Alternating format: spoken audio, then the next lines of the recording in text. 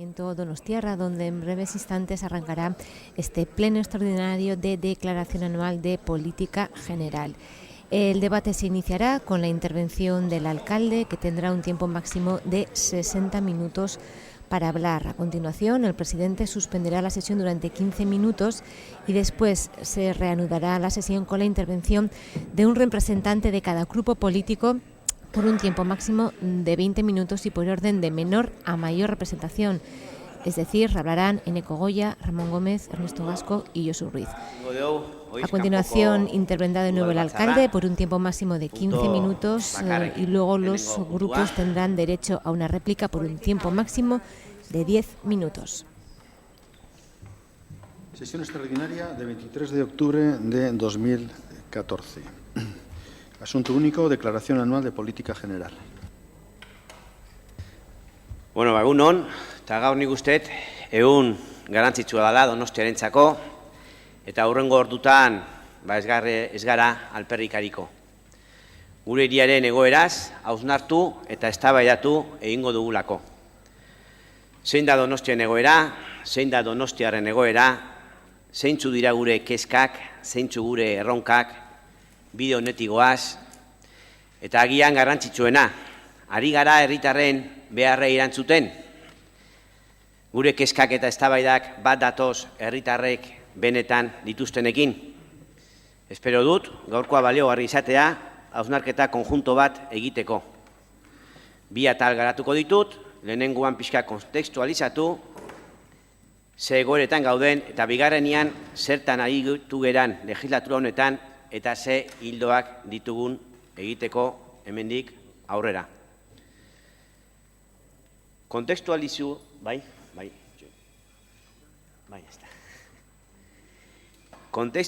kontekstualizatzeko garaian, nik uste hiru hausnarketa edo hiru ideia behintzat mahai gainean jarri behar diela. Batetik izango litzateke politikaren gaur egungo desprestigioa. Bigarrenean, Donostian eta Euskal Herrian bizitzen ari gerean normalizazio bizikidetza prozesuak. Eta hirugarrena, nik uste ez deula ahaztu behar bizi dugun eta bizi izan dugun krisi ekonomikoa. Eta hasiko naiz lehenengoarekin, politikaren desprestigioa. Eta uste dut ondorengo idearekin bat egingo duela herritar askok, herritar gehiegik, seguruna, pentsatzen dutenarekin. Politika guztiz desprestigiatuta dago. Politika tresna beharko genuke herriak eta hiriak eraikitzeko. Pertsonak zoriontsuagoak izateko balio beharko luke politikak. Injustiziei aurre egiteko balioko beharko luke politikak. Azken finean gizarte hobe bat egiteko, sozialki justuagoa, denon ongizatea bilatuz. Azken finean politika horretarako balio beharko luke politika maiuskulaz idatzitakoa. Denbora asko eta asko pasa da politika eredu bakarra praktikatzen. Goitik bera esango nuke egin dela politika. Herritarren interesa ordez, agintarien, botere finantzieroen eta enpresa handien interesak defendatzen dituen politika eginez. Esango nuke, askotan, herritarrek ez dutela sentitzen instituzioetan gauden ordezkari politikoak, herritarrak berak ordezkatzen duten ere. Jendea dago aspertuta. Politikarion hitzak entzuten, diskurtso hutsak entzuten, beti errepikatzen direnak edozein egonda gobernatzen, edozein egonda oposizioan. Nik ondo egiten dut, zu gaizki, nik ondo, zu gaizki, eta horrela segi eta segi. Honi gehitzen badiogu, ustelkeria orokortuta duen eredu politikoa daukagula maigainean, gehitzen badiogu herritarrengandik urrun lan egiten dela, gehitzen badiogu gardentasun eza dela politika egiteko modu nagusia, eta gehitzen badiogu erabakiak herritarrekin ez diela konpartitzen, eta erabaki horiek askotan enpresa handiak eta botere finantzieroei hemen eginda hartzen direla, nola ez dugu olertuko herritarrek politikarekiko daukaten urruntzea, desilusioa eta azarrea. Zer espero daiteke ba. Gu konklusio batera iritsi gara. Ezin dugu politika egin herritarri gabe. Eta hemendik aurrera, politika herritarrekin kontatu gabe egiteko borondatea duenak jai dauka. Berriz diot eta hemen azpimarratzen dut. Herritarrekin adostu gabeko politikak frakasora kondenatuta daude. Ez dago politika herritarrekin egitea beste biderik eta aukerarik. Politika hitz batekin esan da, goitik bera egitetik, betik gora egitera igarotzen ari da. Hau ulertzen ez duten politikariek, herritarrek baztertu egingo dituzte. Eta horretan, danok daukagu erantzunkizuna. Denok dugu egokitu beharra. Denok dugu aldaketaren parte izateko bete beharra. Guk bete behar bezala ulertzen baitugu aldaketa. Bete behar bezala eta aukera bezala ere bai. Politika herritarrekin behetik gora egiten hasten garenean aukera asko irekitzen zaizkiulako gauzak hobeto egiteko. Emaitza hobeak lortzeko. Herritarren beharrei hobeto erantzuteko. Herri antolatua, herri bizia delako. Eta herri antolatuaren aurrean, izutu beharrean, boterea gutxitzeko beldurrarekin edo, postu egin behar dugu. Tresna ezin hobea delako hobeto gobernatzeko. Politika, beti gora egin diogunean, ez gara eslogan polita bati buruz hizketan ari. Politika ulertu eta egiteko modu oso bati buruz baizik. Ez une batean aplikatu beharrekoa, ez guri komeni zaigunean erabiltzekoa ez. Beti gora egindako politikak serioa, erreala, eta batez ere iraunkorra izan behar du. Hori da gure konpromisoa, eta horretarako gaude hemen. Horretarako ari gara lanean, Donostia betik gora aldatzeko. Eta esan beharrik ez, ari gara horretan. Ari gara aldaketa horretan pauso sendo eta erabakigarriak egiten. Ez dago aldaketa horretan atzera egiterik. Donostiara aldaketa gelditzeko etorri baita. Ez koiuntura edo une jakin batean hau edo bestea gertatu zelako. Ez. Aldaketa herritarrek eskatu dute eta aldaketaren beharra sakona eta benetakoa da. Eta aldaketaren beste aurpegia, bizikidetza. Y como segunda idea o reflexión, porque estamos hablando de un cambio sobre todo en la transparencia, cercanía y participación activa, pero también como segunda idea, un cambio en la convivencia de todas las personas, de todos los orígenes que vivimos y convivimos en esta ciudad. Una ciudad que ha sufrido demasiado durante demasiado tiempo, por diferentes motivos y con diferentes consecuencias. Hemos vivido muchos conflictos que han ido generando un sufrimiento y unas consecuencias a las que debemos enfrentarnos y dar solución, sin esperar a grandes decisiones en otros foros. Hoy, desde aquí, desde abajo, es posible avanzar. Y entiendo que todas y todos hemos avanzado, porque hoy tenemos una Donosti mucho más normalizada políticamente que antes. Tenemos el reto de la memoria histórica, tenemos el reto de reconocimiento y reparación de todas las víctimas. Tenemos el reto de aplicar todos los derechos humanos para todas las personas que aún no hemos conseguido, porque en esta ciudad aún sigue habiendo personas que son encarceladas por el mero hecho de hacer política. Hay personas a las que no se les respetan sus derechos humanos. No todo lo que deberíamos, pero hemos avanzado. Y me gustaría reconocer a todos los grupos políticos representados en este ayuntamiento esos avances que todos, cada uno desde su punto de partida, hemos realizado. No es fácil para nadie y entiendo muchos sentimientos que en muchos plenos se expresan aquí, pero quiero volver a lo positivo. Y aunque todas y todos hemos puesto nuestro granito de arena, me gustaría subrayar que hemos avanzado sobre todo gracias a una sociedad que a veces nos lleva a la delantera por varias traineras. Creo que no les debemos defraudar, que debemos seguir dando pasos entre todas y todos. Como alcalde, no cederé en mi empeño para que sigamos avanzando en la convivencia. Convivencia basada en el reconocimiento de que ha habido dolor de orígenes muy diferentes. Convivencia basada en saber escuchar y compartir diferentes experiencias, con respeto e incluso creando empatías. Conscientes siempre de que estamos hablando de personas que fueron víctimas y de personas que sufren a día de hoy. Siendo siempre inclusivos, no excluyendo a otros, abriendo puertas y no cerrándolas. Buscando sentirnos todas más o menos cómodos, sin condicionar lenguajes y sin condicionantes previos. Haciendo un esfuerzo porque, mirando atrás, seamos capaces de hablar y actuar pensando en el futuro.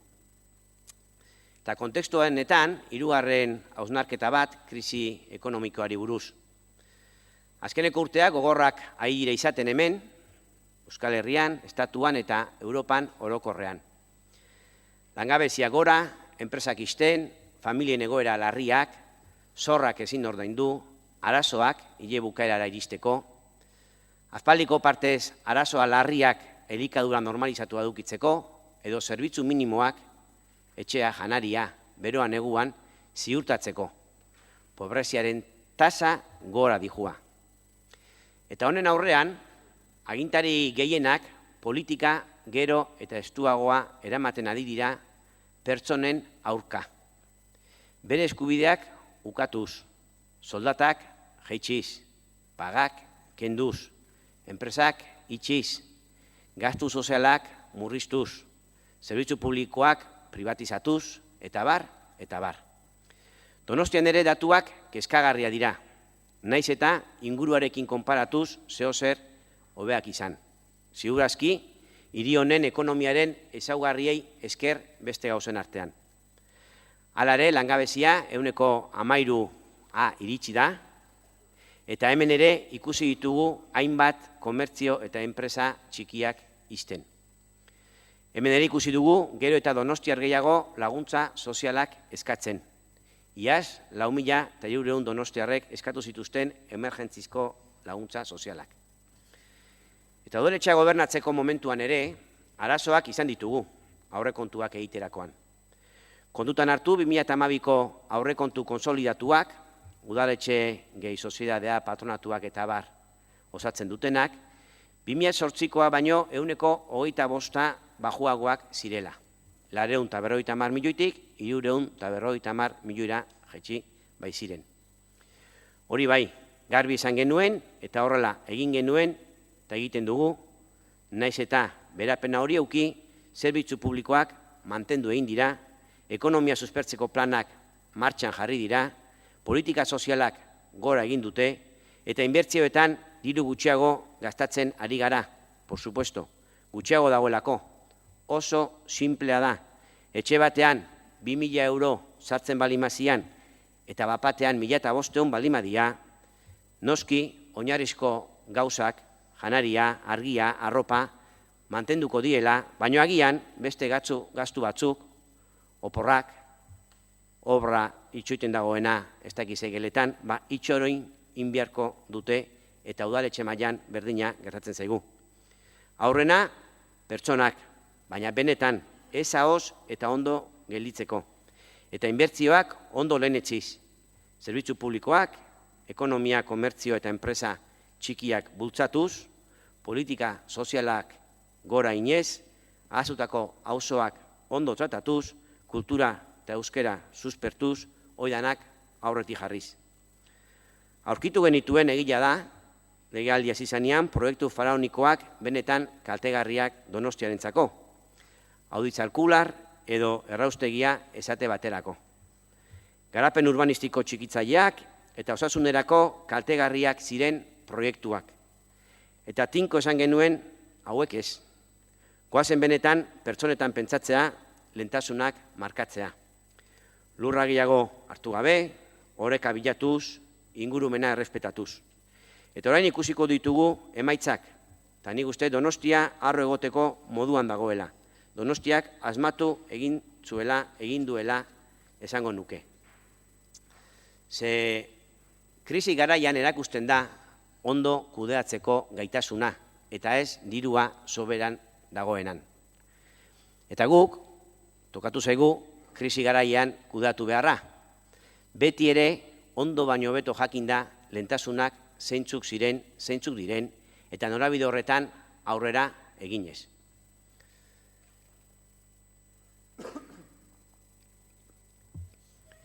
Legealdi honetan, jorratutako ildo nagusiak eta asmoak garatuko ditut orain. 5 ataletan. Lehenengoan, beste modelo bat, gertutasuna, gardentasuna eta partaidetza. Bigarrenean, krisiari nola aurre egin. Hirugarrenean, hiriaren espazioaren eraldaketa, espazioak herritarrentzat berreskuratu. Laugarrenean, kultura eta euskera, eta bosgarrenean, normalizazioa eta pakea eraikitzen. Ta lehen ildo honetan, beste modelo bat, definitu nahiet gertutasuna, ulertuta herritarrekin egotea bezala. Herritarrekin, eztabaidatzea, herritarrak entzutea. 2014ean, orain arte, 159 bilera ofizialak egin ditugu, gobernua herritarrak. Bat, bi egunero. Gertutasuna, ulertuta, espazioak konpartitzea bezala. Gardentasuna, ulertuta, informazio guztia ematearekin. Zuei ere bai, noski. Ta adibide jarri nahi dut. Etorrita legealdi honetan gobernua lehenengoetako erabakia izan zen kontratazio maila behingoz irekitzia talde politiko guztiei. Eta herritarrei ere bai, informazio guztia, bileretan, web orrian, eta bar. Eta bi hauek oinarri jarrita, partaidetza joratu dugu. Partaidetza irekia, anitza, inor baztertu gabe. Eta partaidetza ulertuta konpromiso bezala. Berdintasunetik eta errespetotik egin beharrekoa.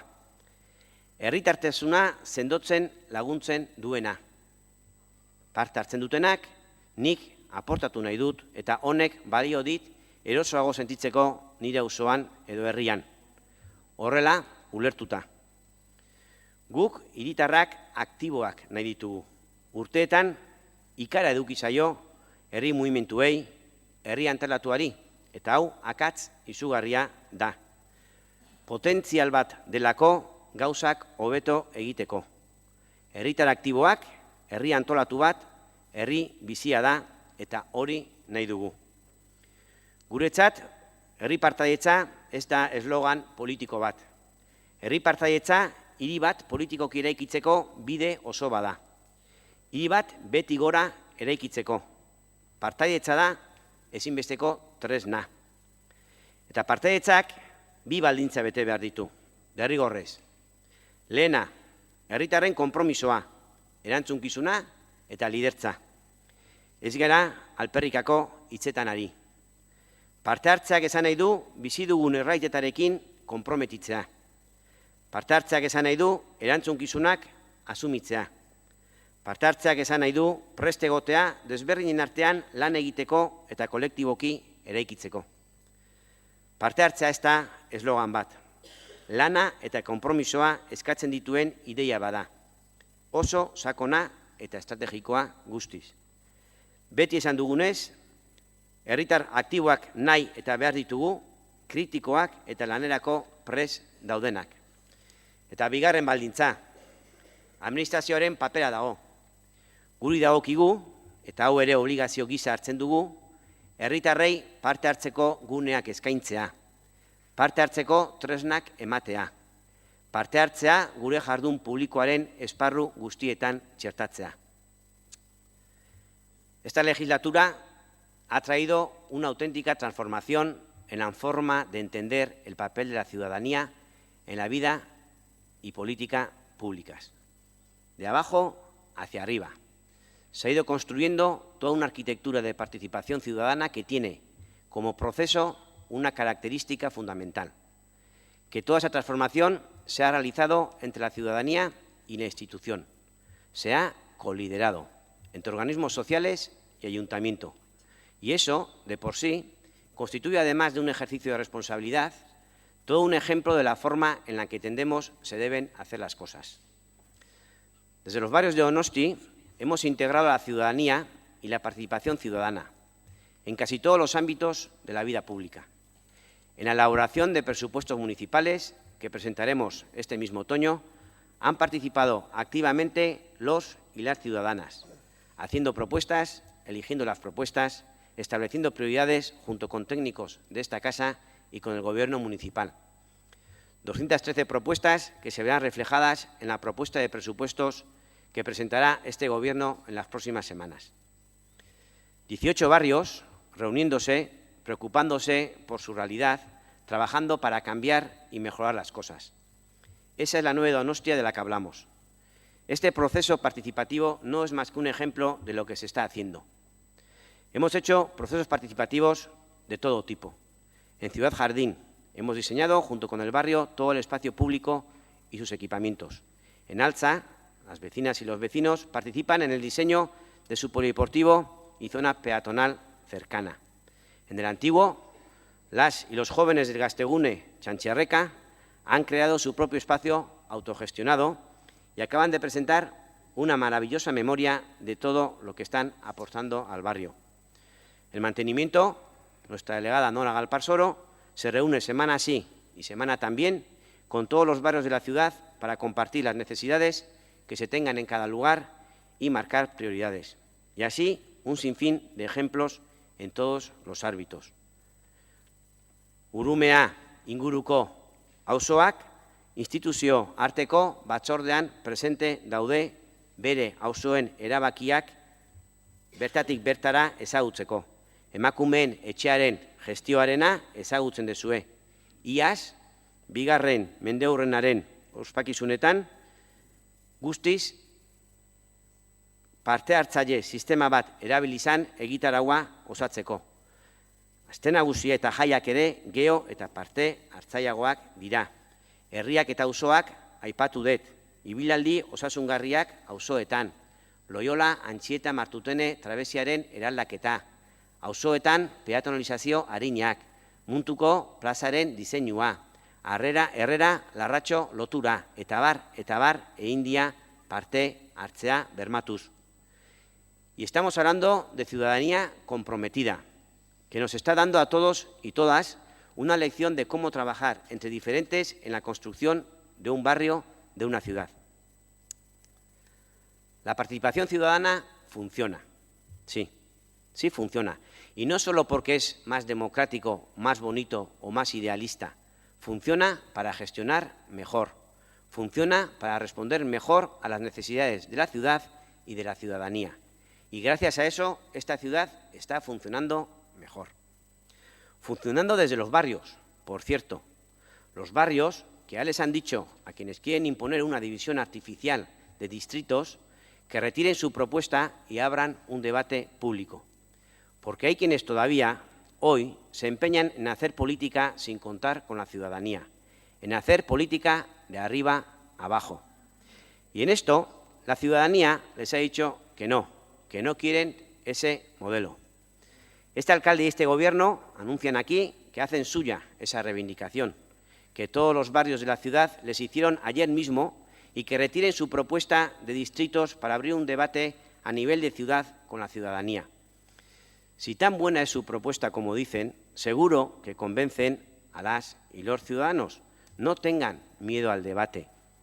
Y no al debate aquí, no tengan miedo al debate en la calle.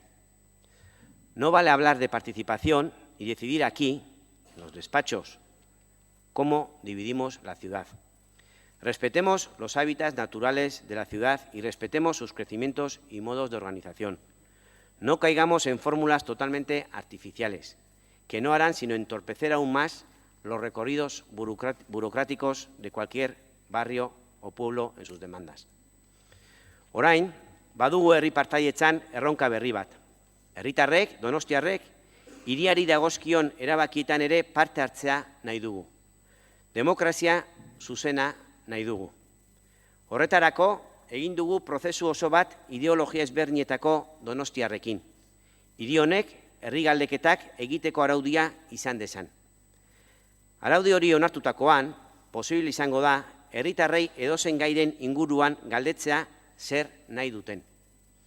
Eta ziurrenik, garrantzitsuena dena, araudia onartutakoan, herritarrek berak proposatu eta egin ahal izango dituzte eurentzat garrantzitsuak diren galdeketak.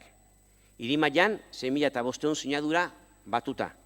Eta auzoetan biztanleen 8% sinadurak jasota. Araude hori onartutakoan, beraz, Donostia demokratikoagoa izango dugu. Donostia herritarrekin eraikitzen jarraitzeko tresna berria izango dugu.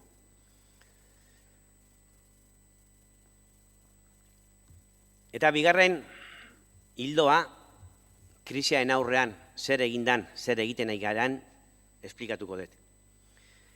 Egoera ekonomikoa gehien kezkatzen gaituen gaietakoa da. Gehien kezkatzen gaituen gu eta gehien kezkatzen dituena herritarrak ere. 2014ko irailean 11.107 donostiar langabezian zeuden. Egia da urte batean, irailetik irailea, 4,5% gutxiago dela. Bai, baina langabezia asko edozein modutara ere. Eta egia da, konparatuta gure inguruarekin edo beste hiriburuarekin, tasa bajoagoa dela. Gasteizen 17,5% edo Bilbon 19,9%. Baina hauek dira gure lehentasuna. Arazo honi aurre egiterakoan, ez dezagun, hala ere, begipuntutik kendu, politika eta ekonomia ulertzeko eredu jakin batzuek ekarri gaituztela krisi egoera sakon honetara. Ez gara unean uneko kontu ezari. Ekonomia egiteko modu oso bat da egoera honen eragile. Pertsonak beharrean, interes partikular gero eta gutxiagoren, baina gero eta handiagoen zerbitzura ari den ekonomia eredu oso bat. Eta hemen, inor galde dezake, zer egin dezakegu udal batetik zenbaki handi eta makro hauen aurrean, ba aldago ba zer eginik. Eta guk oso garbi erantzuten diogu galdera horri. Ez diogu inori itxarongo pertsonak bere abia puntuan eta erdigunean jartzen dituen eredu berria eraikitzeko. Guretik ekin behar diogu. Behetik ere gauza asko egin ditzakegu. Gure txikitik izan gaitezke benetako eraldaketaren eragile. Hemen ere, betik gora. Eustatek emandako datuen arabera, Donostiako barne produktu gordina 1,4 hasi da 2013an. Eusko Autonomia Erkidegoan kongelatu egin den periodo berdinean. Era berean, garbi daukagu, Donostiako ekonomia diversifikatua dala, eta honek esan nahi du, ez gaudela sektore bakarraren menpe. Gure sektore importanten artean, hor ditugu komertzioa, ostalaritza eta hotelak. Baina berrikuntza, ezagutza eta kultura nahi sormenean egindako apustuak estrategikoak dira guretzat. Eta adibide asko ditugu. Klusterrak, sektore eta enpresa ezberdinekin egindakoak, Enertik eraikuntza, eraginkortasun energetikoaren ikurra, PIA eraikuntzak eta bar. Oso sinistuta gaude, Donostiak aurrera egingo duela Donostiarren ekimenarekin. Sektore ezberdinen askoren saretzearekin, eta horretan ere bai, ekonomien ere bai, auzoek eta herritarrek zeresan handia daukatela. Turismoari dagokionez, gure ekonomiaren 12% suposatzen du. Bisitare kopurua gora egiten ari den honetan, garbi utzi behar ditugu turismoaz ari garenean bi gauza. Nazioartekotze ereduak sekulako arrakasta izan duela, eta hori legegintzaldi honetan sustatu den politika izan dela. Hoi batetik. Momentu honetan, kanpotik, estatutik, kanpo datosten bisitariak 160 dira, orain arte erdira iristen ez zienian. Eta bigarren gauza, guretzat, turismoak sostengarria behar duela izan, neurrikoa, eta ezin duela inondik ere Donostiaren hiri ereduaren garapena baldintzatu. Irudi hau delako, precisamente, turistek bilatzen eta aurkitzen dutena. Irudi batekin adierazteko, turismoa guretzat ez da ogia, gurina eta mermelada baizik. Ez ezagun inoiz ahaztu, gure etorkizun hurbileko erronka izango da turismoaren sostengarritasuna bermatzeko politikak sustatzea. Eta ojo, diskurtso konkretu batekin, gero eta gehiago be, gero eta gehiago be, gero eta gehiago be. Bisitariek, donostiarrak, euskaldunak ikusi nahi ditulako, gure kultura, gure ohiturak, gure bizimodua, gure xarma ezagutu nahi dutelako. Eta horretarako, turismoaren garapena jasangarria egin behar dugu. Politika fiskalari dagokienez, 3 ardatz ditu Donostian abian dagoen politika fiskalaren ereduak. Lehena, ezinbestekoa, hiritarrentzat zerbitzu publiko eta kalitatezkoak bermatzea eta eguneratzea. Ez gaude prest beste batzuek eragin duten krisiak Donostiarren zerbitzuengan ondorio txarrak izatea onartzeko, inondik ere. Kalitatezko zerbitzu publikoak ukiezina dira eta hala izaten jarraituko dute. Bigarren ardatza, Donostiako udalaren bidegarritasun ekonomikoa ziurtatzea. Ez dugu denona den instituzioa hipotekatuko. Diru-sarrerak eta gastuak orekatu ditugu eta udalaren zor bizia ere gutxitu dugu. Erantzukizun osoz jokatu behar dugu guztion diruarekin eta halaxe ari gara egiten. Eta hirugarrenik, politika fiskala balio behar digu tresna bezala, hiria eraikitzeko, pertsonek erdigunean jarriko dituzten politikak egiteko. Baita aktibazio ekonomikoari laguntzeko ere. Horretarako, zergak eta tasak aukera gutxi ematen baditu ere, batzuk ematen ditu, bonifikazioak esate baterako. Eta ez dugu ezer onik lortzen zergak jaisteko eskuineko politikak aplikatuz. Errekorteak ezartzea baino. Ez gaitezen engaina eta ez dezagun Donostiarra engainatu. Hori da hain zuzen, Donostia krisien aurrean duen erronka handietakoa. Ekonomiaren sustapena, ekonomiaren biziberritzea. Horregatik eta horretarako, ekonomia eta enplegu sustatzeko planetan 18 milioi euro inguru inbertitu dira legegintzaldi honetan gaur arte. Aurten, 7,5 milioi, zerikusirik ez, orain dela 3 urte aplikatzen milioi bakarrarekin. Eta legealdi honetan, 3.000 lanpostu edo kontratu sortzea lortu da. Gehien behar den lekuan gehien inbertituz. Eta auzoak eta eragileak ekonomiaren suspertzean inplikatuz. Hau ere beti gora, eragileen parte hartzearekin, auzoen protagonismoarekin. 27. poligonoa, Bidebieta, Papin, Altza, Intxaurrondo, Egia, Loiola eta Martutene. Enplegua sortzeko planetan eragiten eta inbertitzen ari garen guneak. Gehien behar den tokian, gehien inbertitu. Eta horrekin batera, ezin ditugu bazterrean utzi krisia gehien eragiten dien pertsonak donostiarrak. Postalesko hiri honetan, paisaia eta eraikin zoragarrizko hiri honetan, sufritzen ari diren pertsona asko bizi baitira. Guretzat, justizia soziala ez da justizia bakarrik. Guretzat, justizia soziala obligazioa da, bete beharra. Ta nola aurre egin honi? Gu garbi daukagu bidea eta hemen azaltzen saiatuko naiz zer den egiten ari garena eta egiten jarraituko duguna. Lehenik eta behin oso garbi ulertu behar dugu ongizateaz ari garenean ez garela udalaren departamentu soil bati buruz ari. Politika sozialak ez dira gizarte zerbitzuetan bakarrik egiten, ez da gutxiago ere. Politika soziala sektore publikoan egiten dugun jarduera guztian edatzen da. Mugikortasun politikan, etxebizitza politikan, enpleguaren aldeko politikan eta kalitatezko zerbitzuetan oro har. Ez dezagun beraz, mugatu politika sozial gizarte laguntza jakin batzuetara. Hori trampa da. Eta Donostian ez ditugu gauzak horrela ez ikusten, ez egiten. Politika soziala pertsonen behar oinarrizkoenei erantzuteko politika estrategiko eta orokorra da. Estrukturala eta ez da behar larria duten pertsonei laguntzeko bakarrik. Hiri osoaren onurarako baizik. Baina krisiaren eta eredu ekonomiko honen ondorioak hor daude, hor jarraitzen dute. Eta laguntzak beharrezkoa dira, eman egin behar dira, eta horien aldeko apustuak sendotu behar dira. Eredu jakin bat defendatzen dutenak oso garbi daukate. Krisian gizarte laguntzak jaitsi behar dira. Horrexe ari dira egiten leku asko eta askotan eta ondorioak ikaragarriak izaten ari dira. Guk ere oso garbi ditugu gauzak ordea. Krisi garaian laguntzak igo egin behar dira.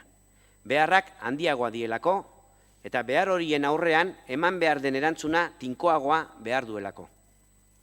Lehentasun eta eredu kontua da. Guretzat, lehenengo pertsonak bai daude, eta horien alde egin dugu apustu. Eta hori udala aurrekontuetan islatu dugu. Ara, 2011an udala aurrekontuan 345 milioi euro genituen, eta 2013an 293 milioi euro. Alegia, 18,5% diru gutxiago erabiltzeko. Hala ere, gizarte ongizateko aurrekontuak 4,3ko igoera izan du. Gizarte ongizateak aurrekontu orokorrean duen pisua 23 igo dela, alegia. Eta 23ko igoera horrek garbi adierazten du krisiaren aurrean zein garrantzitsua eta beharrezkoa den gizarte zerbitzu sendoak izatea. Udalaren papera indartzea gizarte zerbitzu gero eta gehiago izateko. Udal laguntzei dagokienez, 2011an 220.000 eurokoa ezen udalaren inbertsioa. 2014an 3 aldiz handiagoa izango da. 3 aldiz eta piko, 725.000. Igoera 350.000 Horrekin batera, gizarte larrialdietako diru laguntzak ditugu. Eusko Jaurlaritza murrizketekin ari da. Laguntza hauen beharrean dauden donostiarrei bizkarra eman die Eusko Jaurlaritzak. Benetako larrialdiko beharrean aurkitzen diren herritar askoz ari gara hitz egiten. Egoera horren aurrean, ez gaude beste alde batera begiratzeko prest. Eusko Jaurlaritzari eskatzen diogu, exigitzen diogu, bete ditzala bere eskumenak eta ez ditzala bazterrean utzi laguntza horiek dagozkien donostiarrak. Onartezina delako egoera honek horrela minutu batean ere jarraitzea. Ta bitartean, mezu bat gure aldetik laguntzak behar dituztenei, laguntza jasotzeko eskubide duten donostiar guztiei. Gure konpromisoa daukate laguntza horiek izango direla. 2014an Donostiako udalak ia 1 milioi bat euro jartzea aurreikusten du, beste batzuek bete nahi ez dituzten ardurei erantzuteko. Iaz, 2.322 familiak eskatu zuten laguntzau. Eskubidea zuten eskatzeko. Denetara ia 4.300 donostiar. Eusko Jaurlaritzak 1.517 atenditu zituen. Gainontzeko 750 famili udaletxe honek. Aurten, abuzturako agortuta zegoen Eusko Jaurlaritzak ematen dituenak. Eta uko egin dio donostiar hauei eskubidea dutenei diru gehiago emateko. 1.487 familiei eman die laguntza. Eta udaletxeak kalkulatu du beste 1.059 familiei eman beharko diela. Laguntza haue bai, beharrezkoak dielako eta jasotzeko eskubidea dutelako. Zenbait tokitan egiten adiren diskurtso demagogikoa eta portaera onartezinen gainetik. Laguntzak pobreziari aurre egiteko dira. Sistema honetan sortzen den pobrezia egoera gero eta larriagoari. Beraz, guk garbi izaten dugu. Diru sarrerak bermatzeko errentari, bai. Eskubide honi, bai. Hemengoak izan edo kanpokoak izan. Paperak eduki edo paperik ez eduki. Pertsonak direlako. Eta denekin eraki nahi dugulako Donostia. Justua delako ere bai, beharrezkoa delako, administrazioaren obligazio bat delako. Eta gainera, Errenta hori kenduta arazoa ez delako konpontzen, areagotu baizik. Pobrezia sortuta, beharrak ere handitu egiten dira eta arazoak zeresanik ez. Egunero ikusten dugu errenten politikak dituen hutsuneak udaletara datozela. Larritasun egoeran daudenei guk egiten diegulako arreta, eta guk ikusten dugulako errealitatea. Pobrezia egoeran dauden pertsonei ez laguntzeak arazoak biderkatu egiten ditu. Egoera hori pairatzen duten pertsonengan, administrazioak aurre egin beharreko arazoetan eta oro har gure jendartean. Eredua eta konpromisoa garbia beraz. Gizarte politika integralak, enplegua sortzea, mugikortasuna lantzea, zerbitzu publikoak indartzea, etxebizitza politika aurre eramatea eta bar. Eta beharra duten pertsonei laguntzea eta laguntzen jarraitzea beste batzuen murrizketen gainetik. Ez diogu uko egingo lehentasun hauei. Ante la crisis, apostamos por la activación económica, desde los barrios, desde abajo, invirtiendo más allá donde se necesita más. Polígono 27, Bidebieta, Papín, Altza, Inchaurrondo, Eguía, Loyola y Martutene. Nuestros planes de estímulo económico, reconocidos por su eficacia y su capacidad de generar y fomentar el empleo, actúan donde más se necesita. En esta legislatura hasta ahora, se han gastado 18 millones de euros en este plan. Este año mismo, 7,5 millones, que podemos compararlo con el millón que se gastó en el 2011. Y se han generado durante la legislatura 3.000 empleos o contratos. Nos han ayudado a generar. Y se ha hecho desde una perspectiva social y colaborando con los servicios sociales, conociendo la realidad más escondida de esta ciudad. Nuestra ciudad tiene una economía diversificada en varios sectores, sin depender de uno solo. Hay que trabajar en red y fomentar siempre la economía propia. En la innovación, en el conocimiento y en la cultura encontramos 3 ejes estratégicos de actuación, pero sin olvidarnos de nuestros comercios, hostelería y hoteles, con los que trabajamos día y noche. Se trata de ser proactivos, sin esperar a que nadie venga a sacarnos las castañas del fuego. Creemos en las posibilidades de esta ciudad por encima de todo.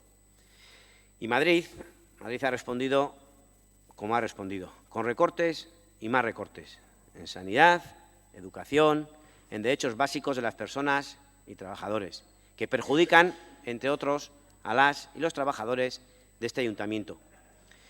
Y este Gobierno, poca risa con esto, ahí a la derecha estoy escuchando risas, y este Gobierno ha maniobrado y ha negociado con los sindicatos para que el perjuicio sea el menor posible. No hacemos como otras administraciones, amén, a las imposiciones, porque trabajamos para no perjudicar a nuestros trabajadores. Y todos los años, durante estos años, hemos firmado con la mayoría sindical el convenio laboral. Y nos ha tocado hacer frente, además, en este panorama de crisis económica, a deudas generadas por gobiernos anteriores. Recuerdo Iyumbe, 4,5 millones más de los que se habían pagado antes, la devolución del FOFIN 10 millones, Lurgoien 2,5 millones, etcétera. Ya solo estos suman 17 millones. Nos ha tocado hacer frente, además, a gastos que corresponden a otras administraciones, pero que no estamos dispuestos a que esta irresponsabilidad repercuta en los derechos y bienestar de los donostiarras, como ha pasado con la negación a pagar las ayudas de emergencia social, como he dicho antes, en euskera. Y hemos tenido que hacer frente a imprevistos, que por supuesto le pueden tocar a cualquiera, como el oleaje en febrero de este año. Y hemos hecho frente a todo esto sin disminuir la calidad de los servicios públicos y apostando, como he dicho, por activar la economía, potenciar la ayuda social y priorizar bien el gasto, gestionando bien, por mucho discurso alarmista que tengamos que oír todos los días, incluso logrando algún ahorro en el gasto corriente que pueda servir para las inversiones que se han priorizado.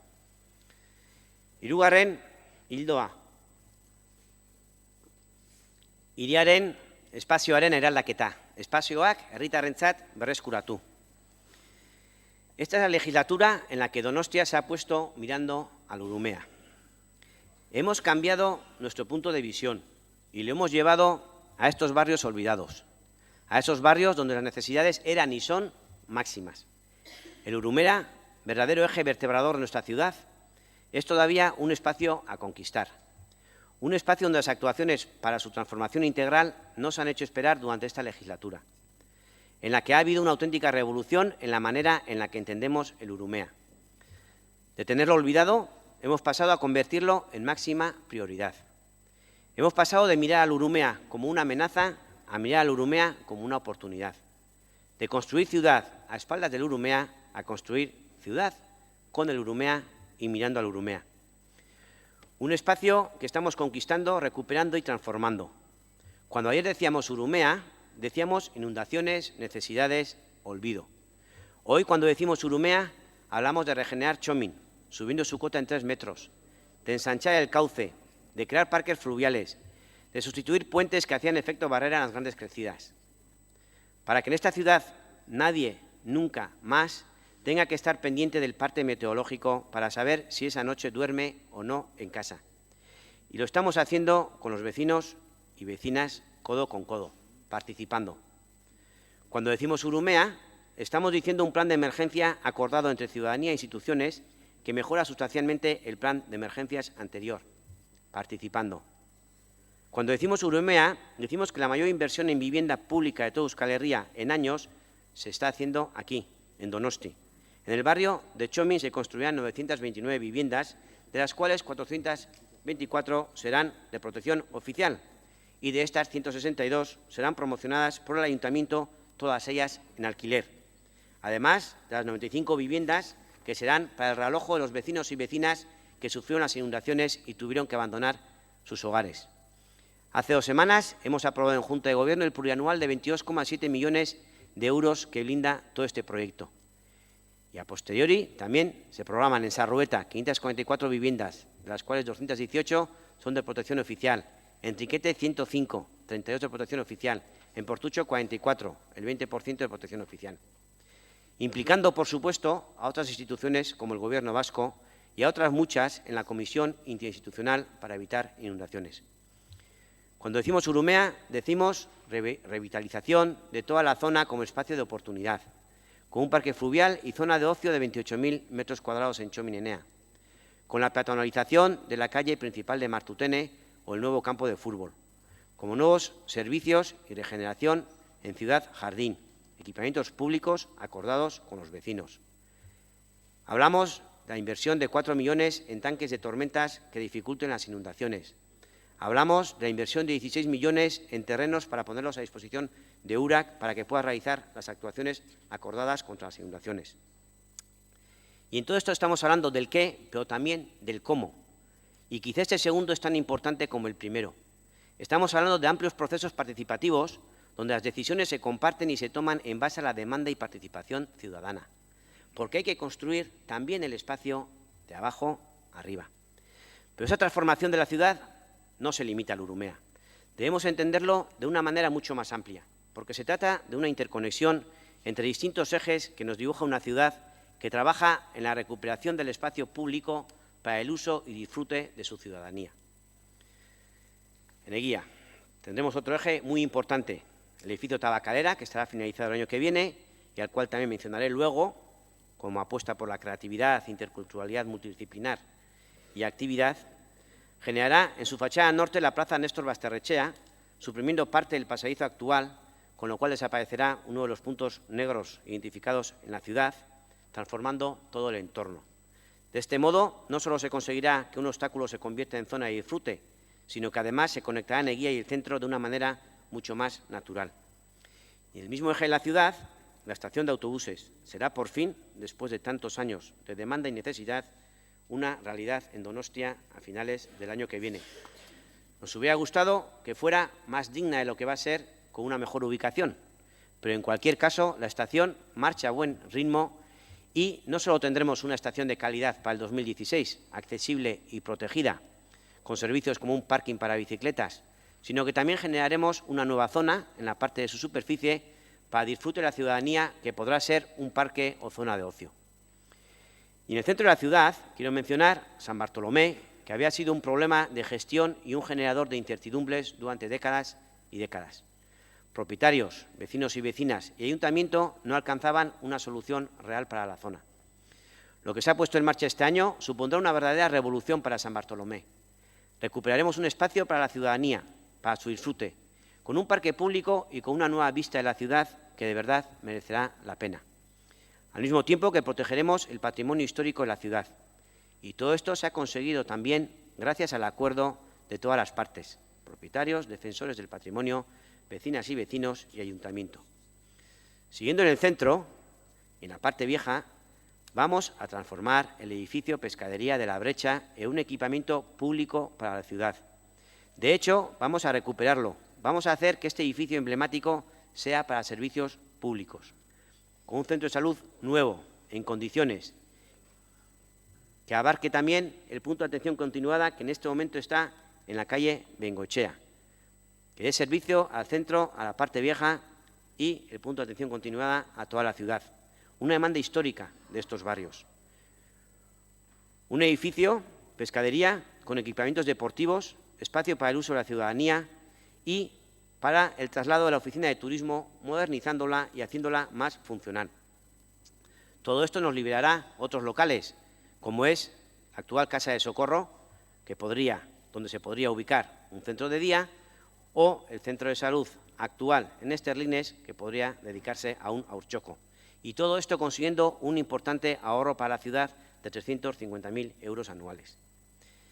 A todas estas actuaciones estratégicas se deben añadir otras muchas, también importantísimas, como la boulevarización de Añorga, el polideportivo de Altza, que también regenera el entorno, creando una zona peatonal, recuperación de espacios en Herrera, etcétera, etcétera.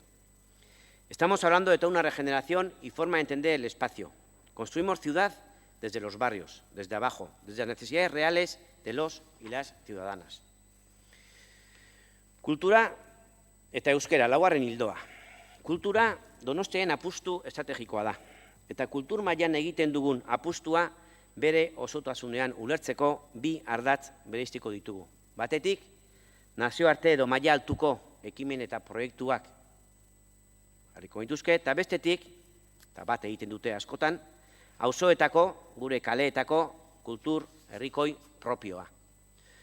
Donostia, Europako kultur hiriburua izango da 2016an. Nahi nuke, ekimen hau hiri mailan aukera moduan ulertuko bagenu. Somos conscientes que el proyecto de la capitalidad cultural ha tenido un recorrido, al menos en su vertiente pública, complicado. Somos conscientes también de que en esta ciudad hay personas y colectivos que no ven con buenos ojos este proyecto, que creen, y quizá estén convencidos, que no es bueno para Donostia, o que al menos responde a un modelo que a ellas no les parece el adecuado. Y he tenido la ocasión de hablar con ellas, de compartir impresiones y de poner encima de la mesa opiniones diferentes.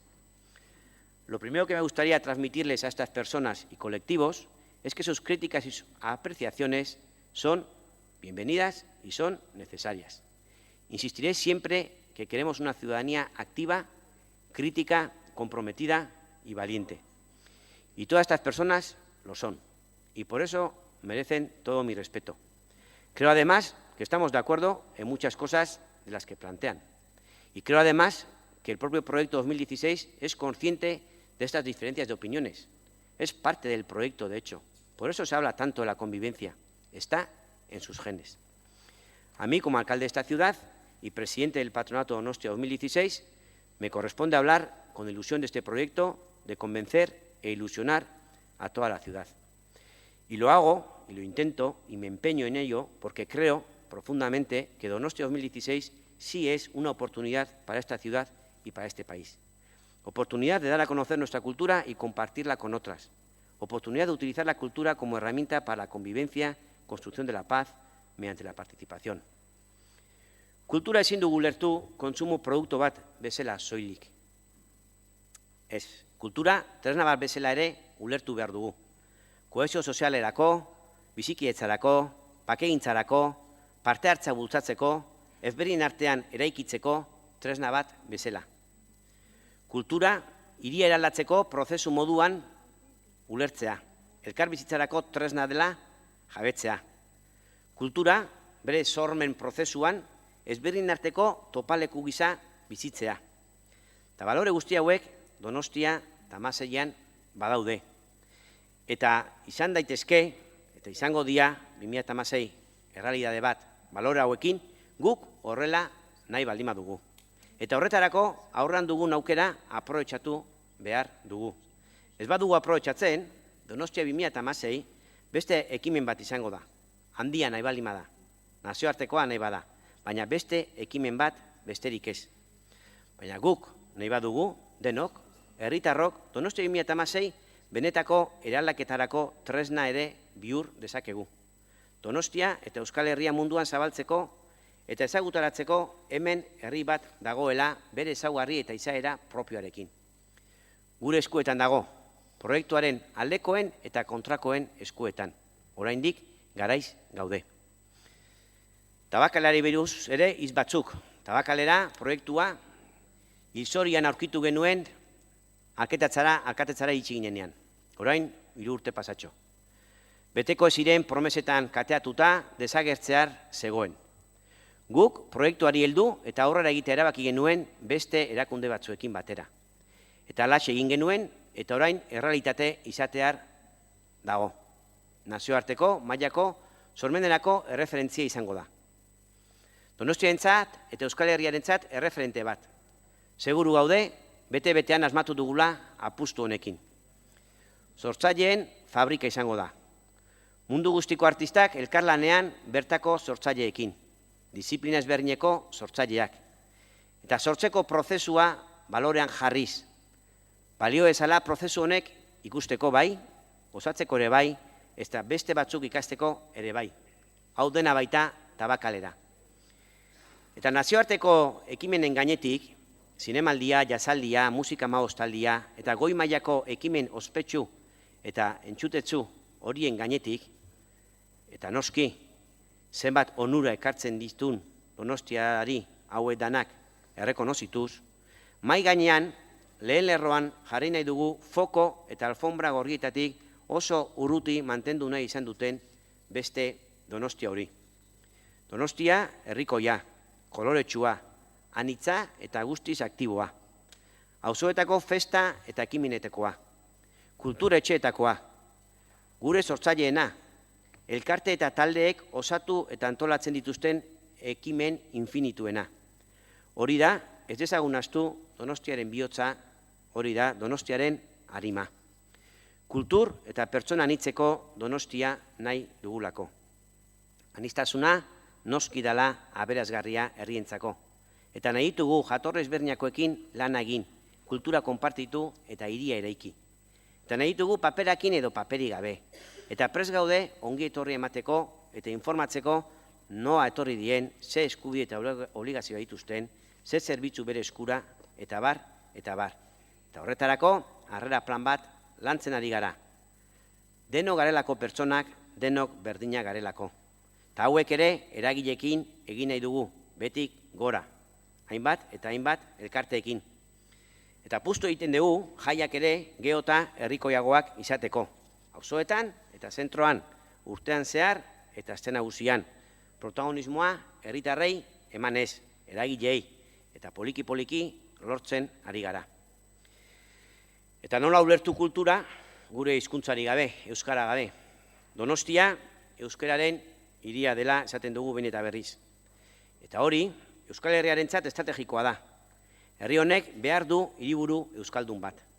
Eta Donostia, Euskaren hiria, sekulako lan kolektiboa egiten ari da hori egia bihurtzeko.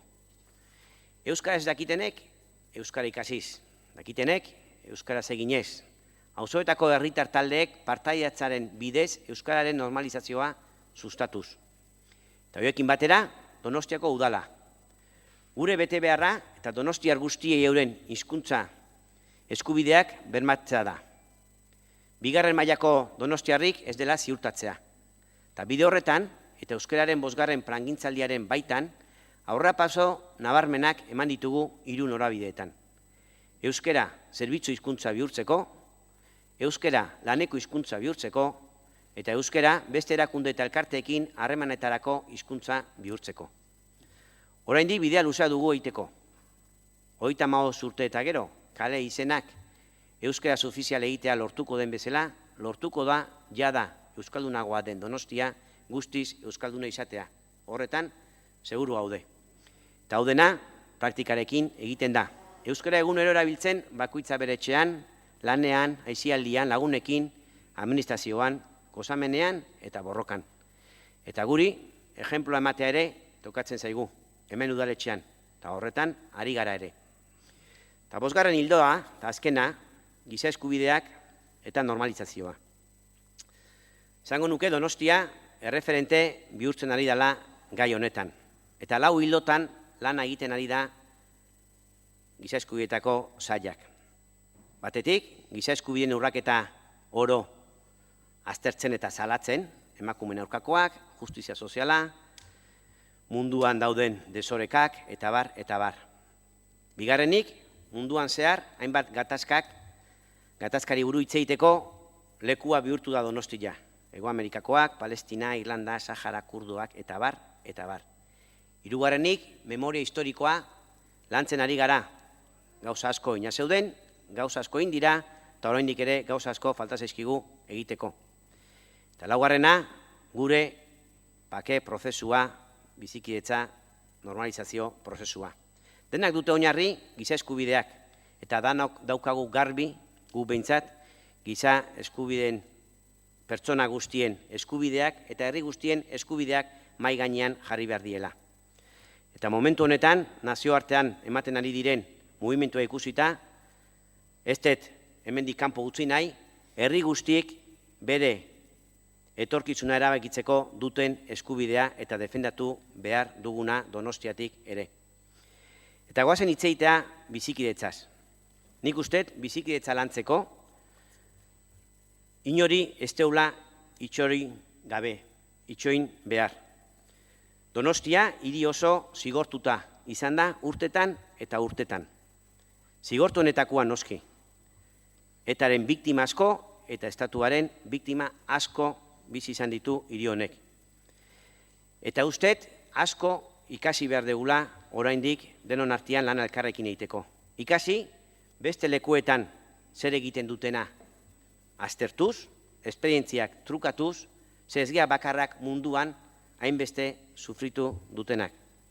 Eta noski, gauzak antolatuz eta aktiboak izanez. Guge honek gauzak antolatuz, eta ipatu nahiet, alkateen konferentzia antolatu zana eta hainbat hitzaldi omenaldiak egiten dienak, edo anfitro izaten beste batzuk antolatzen dutenean. Eta ipatu nahiet, hito historikoa izan zana, haieten intzana 2011ko urrian. Eta aipatu nahi ditut askotan aipatzen ditugunak, gatazka honetan sortu dian hainbat eta hainbat biktima hiri honetan. Eta konbentzituta nago, biktimen gaia tratatzeakoan lortu behar dugula oinarrizko kontzeptu batzutan ados jartzea. Eta horietan, ni mai gainean jarriko nituzke biktimak humanizatu egin behar ditugula lehen kontzeptu bezala. Eta inklusiboak izan behar dugula inor kanpoan utzi gabe. Eta lortu behar dugula eroso sentitzeko terminologia amankomun bat erabiltzea. Eta gune amankomunak eroso sentitzeko denok. Eta uste dut doana egin behar dugula aurre baldintzarik jarri gabe. Pentsatuz prozesua guztiz dinamikoa izan behar dugula eta denen artean egin behar dugula. Animatuko nizu eske, etzaudetenei giza eskubideetako batzordean berriro parte hartzea.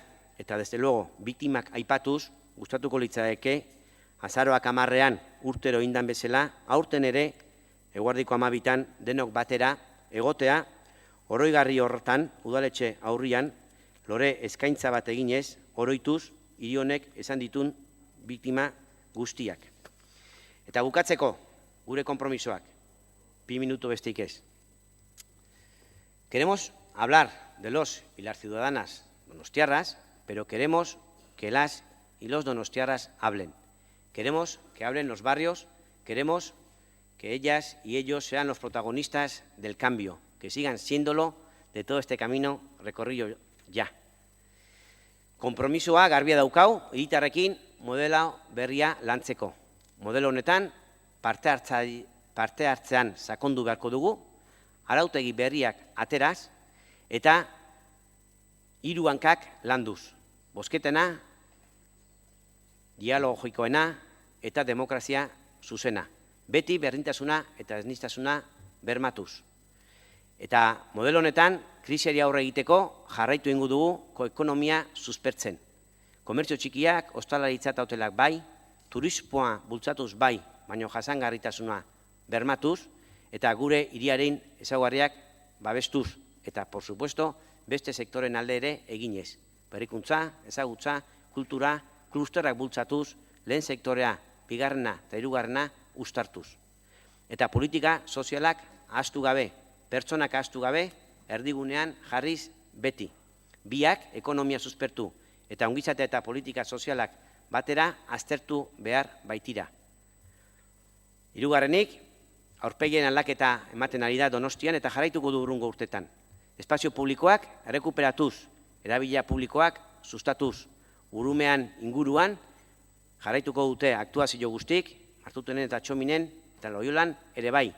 Tabakalea eta autobusa, geltokia erralia izango dira, eta San Bartolome plangintza aurra dijua. Perretxala sala izangoa gune berri bat, eta Altzan edo Herreran edo Añorgan aktuazio berriak izango dira urrungo hilabetetan. Exigituko dugu, beste administrazioei aurreitea bere konpromisoaz, eta adibide garbila bezala Loiolan ETS-ek bertan bere utzizun obrarekin bukatzea. Eta nahi deu ere, ez aurpegia bakarrik aldatu, harima ere aldatu nahi deu. Donostiarren ilusioa beraiek ere hiria egiteko bultzatu. Zerbitzu publikoak bermatuz beti. Eta bizikidetza lantzen jarraituko dugu, giza eskubideak pertsona guztientzako, herri guztientzako mai gainean jarriz, eta hiri ireki bat izan behar dugula garbi edukiz. Eta bukatzeko, kultura. Noski eta bakalera, erraia izango ala, noski kulturetxeak eta auzoak hor daude bere aktibitate kulturalekin, hiri euskaldunagoa nahi dugulako, anitza nahi dugulako, jai herrikoiekin nahi dugulako, eta 2016ak ematen digun aukera paregabea ezin dugulako alperrik galdu, eta balioko dugulako hemen aipatutako hainbat gauza aurrera ateratzeko. Gonbidapena, hau dana denon artean egiteko, eta alferrikako eztabaidak eta kritika irrazionalak alde batera usteko. Eskerrik asko. 15 minutu tartxetxo bat egingo dugu, beraz, 11:30 jarraituko dugu. Alkatearen diskurtso honen ondoren, esan bezala, 15 minututako etenaldi bat egingo da, jarraian talde politiko bakoitzaren ordezkari batek gehienez ere 20 minututan parte hartuko du, ordezkaritzarik txikiena duenaren gandik, handiena duenaren gana. Hau da, Eneko Goia, Ramon Gomez, Ernesto Gasco eta Josu Ruiz izango dira jarraian itzaingo dutenak. 15 minutu barru, 11:30 ekingo zaio berriro ere udalbatza honi. Ordura arte.